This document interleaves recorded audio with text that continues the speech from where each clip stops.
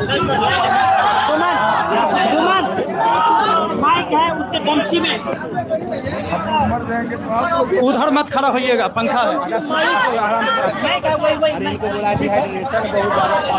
हमारा हाइट कम है, इसका भी फायदा है ना। तार है ऊपर। सर ऑफिस में होगा, ऑफिस में होगा सर।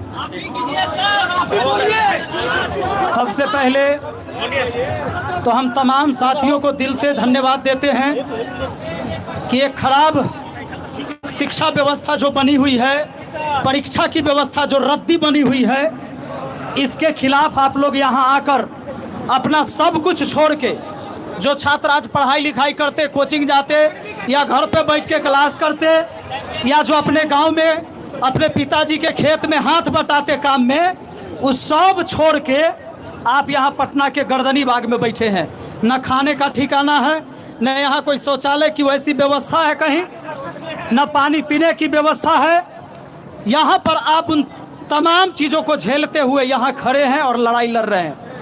एक ऐसी व्यवस्था लाना चाहते हैं जहाँ पर सबको बराबर मौका मिले। आप एक एग्ज़ाम 7-7 साल नहीं करवा पाते हैं, 5 साल में नेताजी अपना भविष्य दोबारा बना लेते हैं, 5 साल में अपना भविष्य दोबारा बना लेते हैं।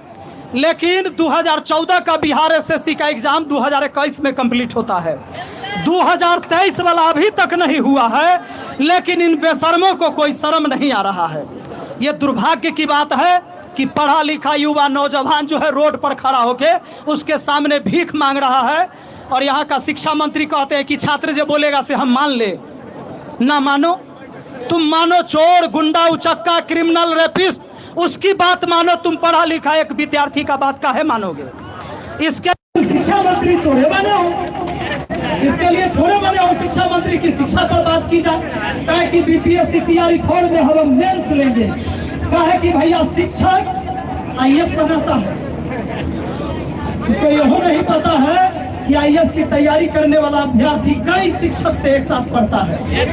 सभी विषय के पढ़ाने वाले अलग अलग शिक्षक होते हैं कि शिक्षा मंत्री को नहीं पता है, तब नहीं बयान दे दिया। एक शिक्षक बनने के लिए वह स्नातक करता है, 3 साल का हुआ स्नातक किया, बोर्ड का एग्जाम पहले मैट्रिक में दिया, फिर 12th में दिया, उसके बाद ग्रेजुएशन में 3 बार एग्जाम दिया, उसके बाद बीएड का एंट्रेंस एग्जाम दिया, उसके बाद बीएड करता है, 2 साल का एग्जाम देता है, सीटेट देता है, एसटेट देता है, उसके बाद तुम्हारा बीपीएससी तैयारी का जो एग्जाम होता है उसको देता है। एक बाद कहते हो कि एगो और ले लेंगे मैं।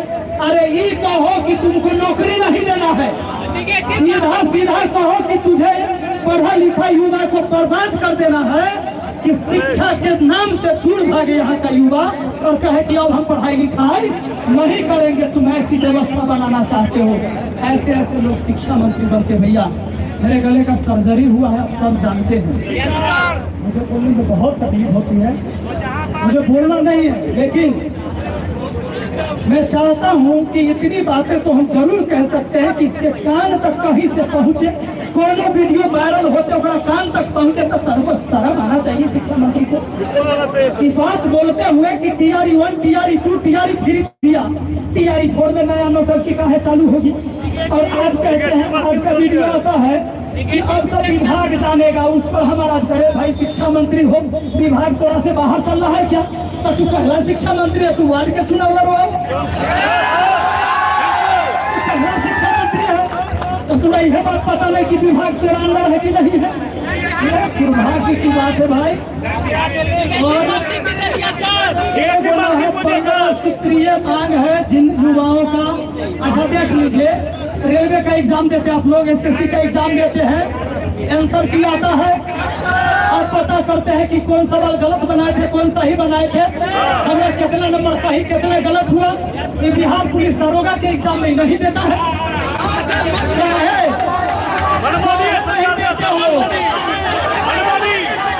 कौन खेला होता है अंदर जो तुम देते नहीं हो, तुम जान जाएगा कि हम क्या बनाए थे, कितना बनाए थे, कितना नंबर आया, हमारा कितना आया, बगल वाला के कितना आया। इसलिए सब जारी करो।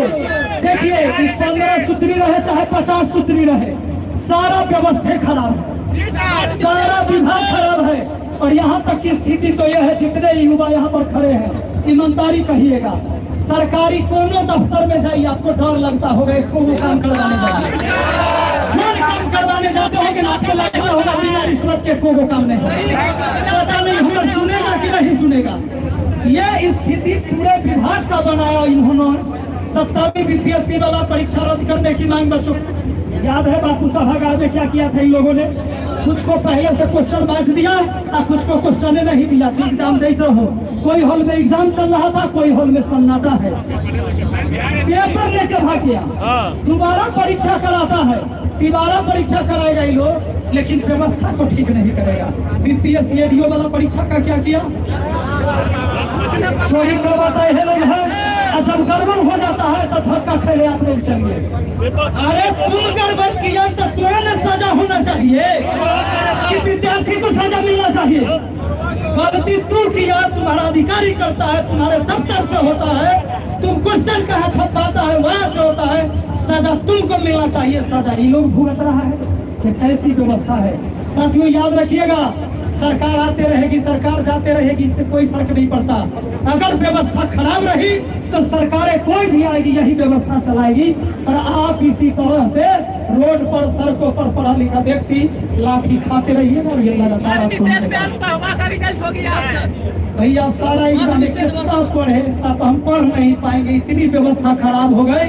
पूरे देश के लोग अगर आज यहाँ से देख रहे होंगे तो इतना है, सब आदमी के हाथ में अलग अलग व्यवस्था है जो खराब हो चुका है। अरे इससे ज्यादा सबूत क्या चाहिए सम्राट चौधरी जी? इससे ज्यादा सबूत क्या चाहिए? कुछ लोग कहते हैं क्या कि कुछ नेता उधर है, छात्र नेता कुछ इधर है, तो किसका मांग सुना जाए? अरे सब तो खराबे व्यवस्था के खिलाफ न मांग कर रहा है, तो कुछ लोग के सुन लो, इतना छुट्टी ना है, 1 घंटा ना है तोरा टाइम, 1 घंटा के टाइम ना है तोरा सबके पास।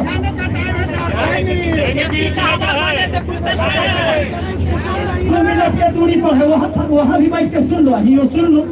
अगर तुम समस्या का निदान चाहते हो तो सुन लो, छात्र की समस्या छात्र बता देगा। इनको समस्या नहीं सुनना है, इनको बहाना है कि लोग देखते हैं कब तक डटे रहेंगे। डटे रहेंगे जब तक तुम व्यवस्था न सही करोगे तब तक डटे रहेंगे। वैसे भी घर पे बैठ के क्या करना है बेरोजगार आदमी को? घरों पर तो कोनो काम नहीं, माँ बाप से गाली सुनने से अच्छा है कि तो लाठी खाया। ठीक है, जब बेरोजगार है तो ये रहेंगे, माँ बाप के नाक में दम करेंगे, उनसे अच्छा है तोरा नाक में दम करेंगे। चलेगा व्यवस्था, बाकी हम साथ हैं आपके जब तक रहेगा। अभी मुझे बोलना नहीं है, मैं इसके लिए क्षमा चाहता हूँ, लेकिन थोड़ा सा जैसे ही रिचार्ज होंगे हम फिर बोलेंगे, टेंशन नहीं। आप लोग बीपी सर के लिए एक बार जोरदार ताली बजाइए।